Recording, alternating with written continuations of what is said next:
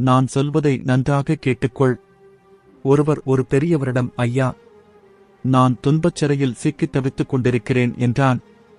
பெரியவர் என்ன காரணம் என்று கேட்டார். மற்றவர்கள் எனக்கு துன்பம் கொடுக்கிறார்கள் என்றான்.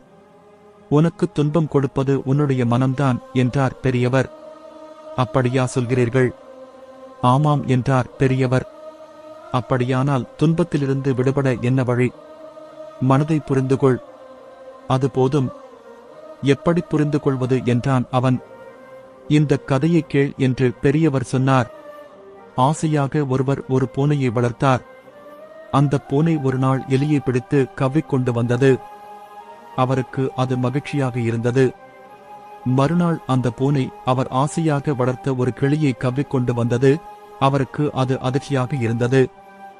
இன்னொரு நாள் அந்த பூனை எங்கேயோ சென்று காட்டிலிருந்து ஒரு குருவியை பிடித்து கவ்விக்கொண்டு வந்தது. இப்போது அவர் மகிழவும் இல்லை, வருந்தவும் இல்லை.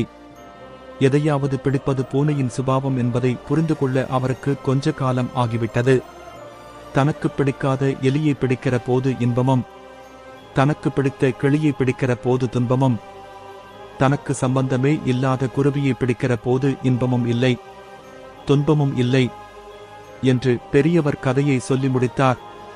பெரியவர் சொன்ன கதையை நினைத்து அவன் சிந்திக்கத் தொடங்கினான். துன்பச் சிறையின் கதவுகள் திறக்கப்படுகிற ஓசை அவன் செவிகளில் விழுந்தது. அன்றுதான் அவனுக்கு புரிந்தது, மனதை புரிந்து கொள்கிறவர்கள் மட்டுமே மகிழ்ச்சியாக வாழ்கிறார்கள் என்று. அன்றிலிருந்து அவன் தன் மனதை புரிந்து கொண்டு முழுமனதோடு வாழ்க்கையை வாழத் தொடங்கினான். நல்லதே நடக்கும். ஓம் சரவண பவ.